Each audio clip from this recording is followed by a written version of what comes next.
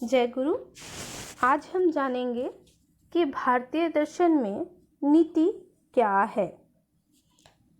नीति का अर्थ है जो निर्देश करे या दिशा का संकेत करे। अब किस दिशा का निर्देश करे या किसका संकेत करे? तो मनुष्यों के आचरण संबंधी नियमों तथा आदर्शों के निरूपण तथा उनके अनुसार किए कार्यों का मूल्यांकन से है।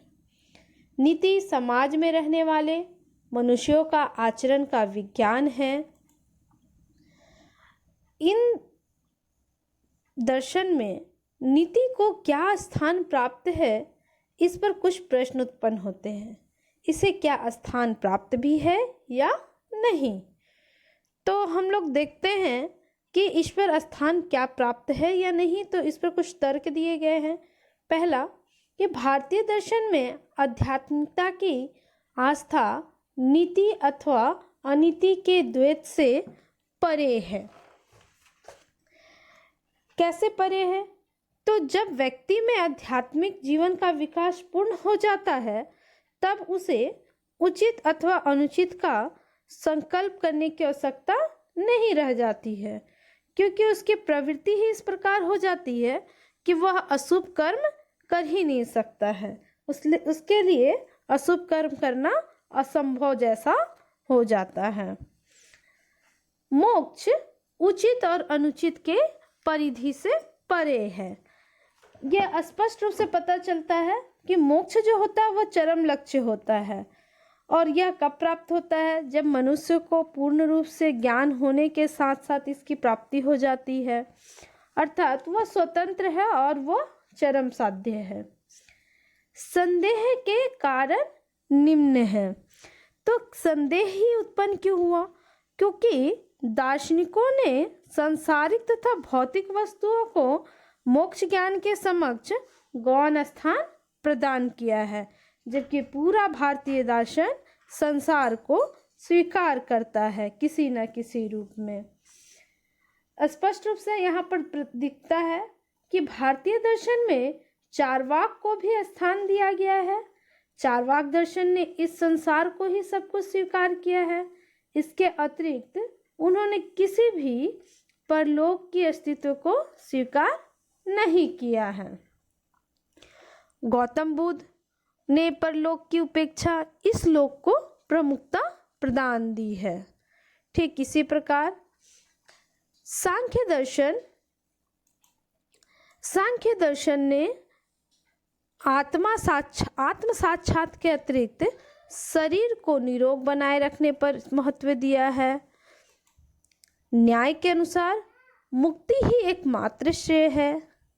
वैशेषिक दर्शन में मुख्य रूप से इसी संसार के पदार्थ पर विचार किया है। फिर रामानुज ने भी इस संसार को ईश्वर की यथार्थ लीला माना है। शंकराचार्य संसार को माया का रूप मानते हैं और वो कहते हैं कि ब्रह्म ही केवल एक सत्य है। अब ब्रह्म तो सत्य है, लेकिन उन्होंने एक और बात कहा कि संसार जो है वह व्यवहारिक स्तर पर इसे इनकार नहीं किया जा सकता। अर्थात इन्होंने कहीं ना कहीं व्यवहारिक स्तर पर संसार को स्वीकार किया और कहा कि संसार की सत्ता है। तो देखते हैं हम लोग कि पूरे नीति में कहीं पर भी संसार को गौण रूप में स्वीकार नहीं किया गया है। तो स्पष्ट होता है कि भारतीय दर्शन में नीति की आलोचना तो की गई है, पर यह बड़ी ही सराहनीय है। नीति के लिए कोई स्थान नहीं है, परंतु नीति को साधन भी कहा गया है। अब साधन के बिना हम लोग साध्य तक पहुंच नहीं सकते हैं, इसलिए साध्य की प्राप्ति के लिए साधन की आवश्यकता है। जब साध्य की प्राप्ति के लिए इस साधन की राह से ही होकर हमें गुजरना होगा, तो हम नीति को उपेक्षा अत्यधिक नहीं कर सकते, वह हमारे लिए सराहनीय ही है। अब नैतिकता मनुष्य के क्रियाओं से संबंधित है। मनुष्य को जब से अस्तित्व है तब से वह किसी न किसी रूप में कर्म कर रहा है और वह आगे भी करते रहेगा। उन्हीं क्रियाओं के लिए सदैव नैतिक क्रियाओं का वह क्रियान्वयन करता ही रहेगा। अतः भारतीय दर्शन में नीति की उपेक्षा के साथ साथ इसे रखना भी आवश्यक प्रतीत होता है। धन्यवाद। आज के लिए